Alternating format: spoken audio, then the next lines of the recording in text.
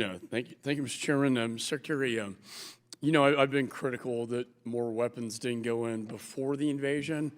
It seemed to be waiting till after the invasion.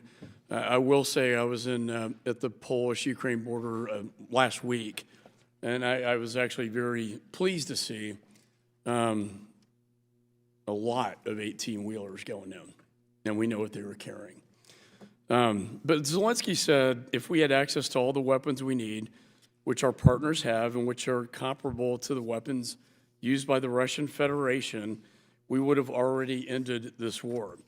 I don't think we can afford to make the same mistakes, though, in Taiwan. The stakes are high. They make 90% of advanced semiconductor chips.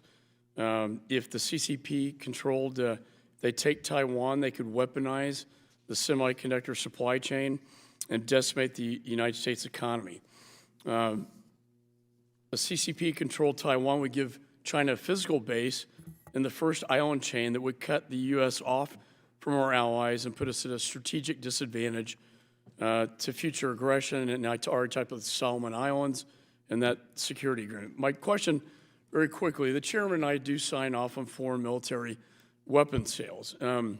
We sent a joint letter to you on December the 3rd of last year. There are about 10 weapon systems. I won't go into detail on all of them, but all very important. When I met the ambassador from Taiwan, she said, I have not received any of these. I think deterrence is important here. And we wrote to request notification of the pending shipment of these sales to Taiwan. Why is this being held up? Many of these were signed off by the chairman and myself 2 years ago. Thank you. Let me just very quickly address Ukraine and then come quickly to your question. First on Ukraine, again, with great appreciation for everything that you've done, that the chairman has done and continue to do, and we've got to keep doing together. The reason that the Ukrainians were able so effectively to push back the Russians from their aggression against Kyiv and the surrounding areas and push them back to the east and the south is two things. One, starting with their remarkable courage and resilience, which the Russians underestimated and probably the entire world did. But two, because they actually had in hand, in the moment, the tools they needed to do it.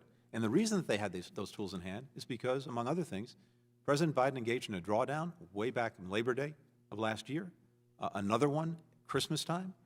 These things were not. And I got 2 minutes, and I have one more question for you. So I just wanted to make that. When will Taiwan receive these weapons? So on Taiwan, two things. I agree with you that it is vital that Taiwan continue to have the means to defend itself because we've seen mounting aggression from. And I agree. I think there's I don't know if it's state or DOD or defense contractors, but maybe to move on to my next, maybe it'd be helpful if we got state and DOD and the contractors in the same room together to find out how can we fix this broken system.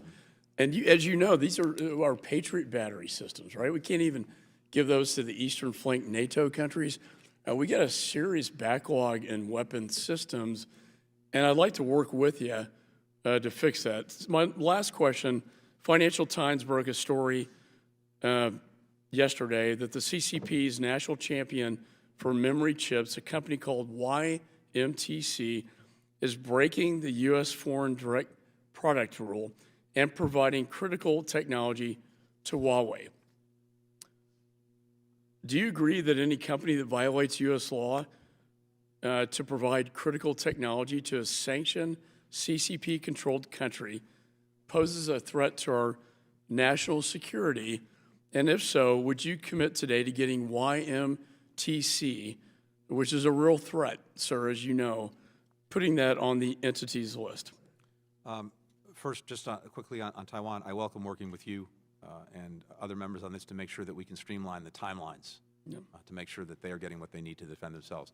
Second, with regard to the specific case, I will commit right now to look into it as soon as we're done to figure out what's going on and if there's sanctionable activity to make sure that it's sanctioned. Well, we're providing the equipment that they buy from the United States to make these advanced semiconductor chips.